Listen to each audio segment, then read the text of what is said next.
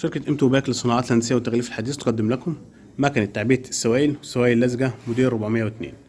المكنة شغالة على ضغط الهواء، ما بتحتاجش لكهرباء. ضغط الهواء بيجي من الكمبرسور عن طريق الوصلة دي منه على الفلتر وبعد كده على المكنة.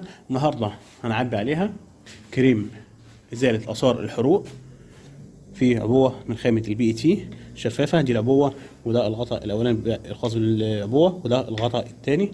المكنة بتدينا من 1 مللي لحد 50 مللي.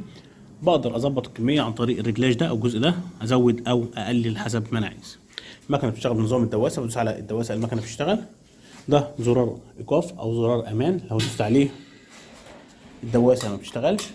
وده بيحميني المكنة من أي دوسة بالخطأ على الدواسة. الدواسة متوصلة بوصلات هواء لداخل المكنة.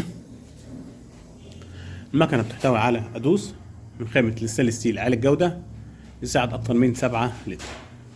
موجود عندي في ظهر المكنة الخانق رقم 1 والخانق رقم 2، بقدر أظبط منهم سرعة الضخ الخاصة بالماكينة. هبتدي دلوقتي أجرب تجربة عملية على التعبئة. بجيب العبوة بحطها تحت النوزل وأدوس على الدواسة كده. تمت التعبئة. ادي شكل العبوة بعد ما اتعبت. خدت في حدود ثانية أو ثانية ونص، وده وقت قليل جدا وبالتالي إنتاجية عالية.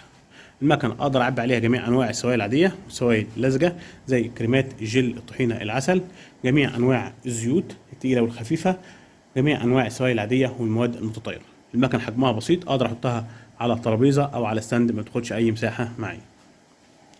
مكنة تعبئة السوائل والسوائل اللزجة موديل 402 مقدمة لكم من شركة ام باك للصناعات الهندسية والتغليف الحديث.